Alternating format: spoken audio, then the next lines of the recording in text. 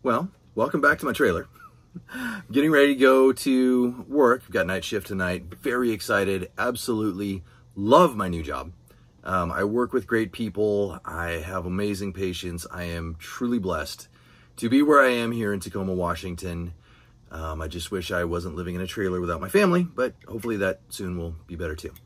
So I want to go over rule number 8. Rule number 8 is this: nobody knows everything. Don't be afraid to ask your client about her condition. I guarantee you, if she's lived with it all of her life, she knows more about it than you do, right?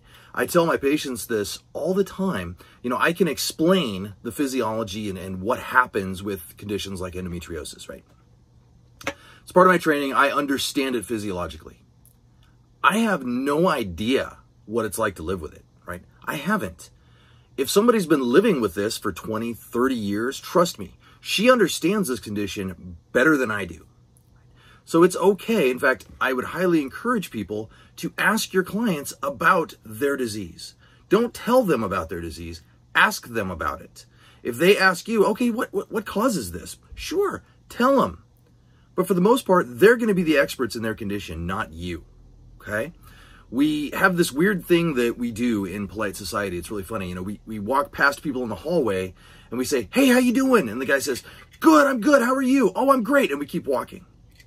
And we do that kind of as a social contract. Neither one of us actually means that shit at all, right? Nobody means I'm really good.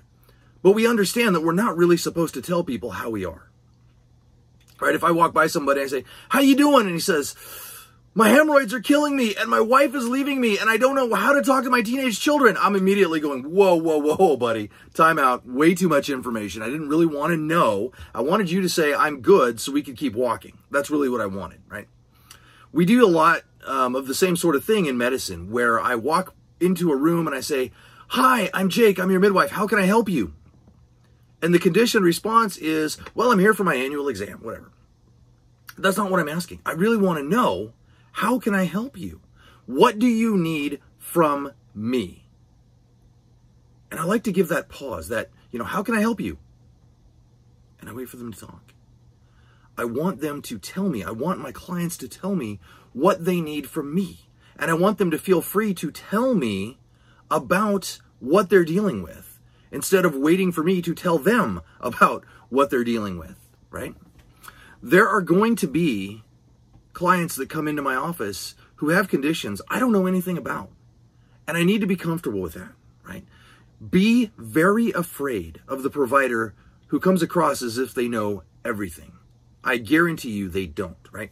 I used to have this great bumper sticker on my car, and one of the hospitals I worked for actually made me take it off. And it said, guns don't kill people, doctors kill people. And the hospital didn't think that was very funny. And in retrospect, it probably wasn't a good thing to have on the same car with a staff parking sticker on it. But the point is, doctors kill people. Midwives kill people because we're afraid to admit that we don't know something. I have no problem whatsoever. If a client asks me a question, I have no problem saying, you know what? Let's look that up together. I don't know, right? I have one of my favorite all-time clients, and I'm not going to say her name because I didn't ask her permission before I shot this video, but she knows who she is if she's listening. I met her. She's in labor, and she has Ehlers-Danlos syndrome.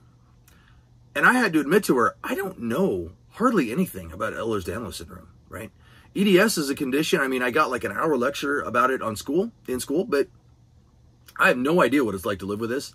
I didn't know what I needed to do. I didn't know what the restrictions were. I knew there was something about joint laxity I vaguely remembered from school, but I had to ask her, okay, tell me what I need to do.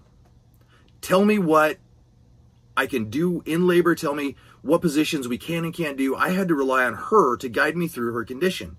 And I think that's appropriate, right? That's not a thing that we're embarrassed or need to be embarrassed to admit. We need to be able to say, I don't know everything. Okay? I guarantee you, those clients of mine who are living with endometriosis, who are living with chronic pelvic pain, who are living with interstitial cystitis, you know more about these conditions than I do.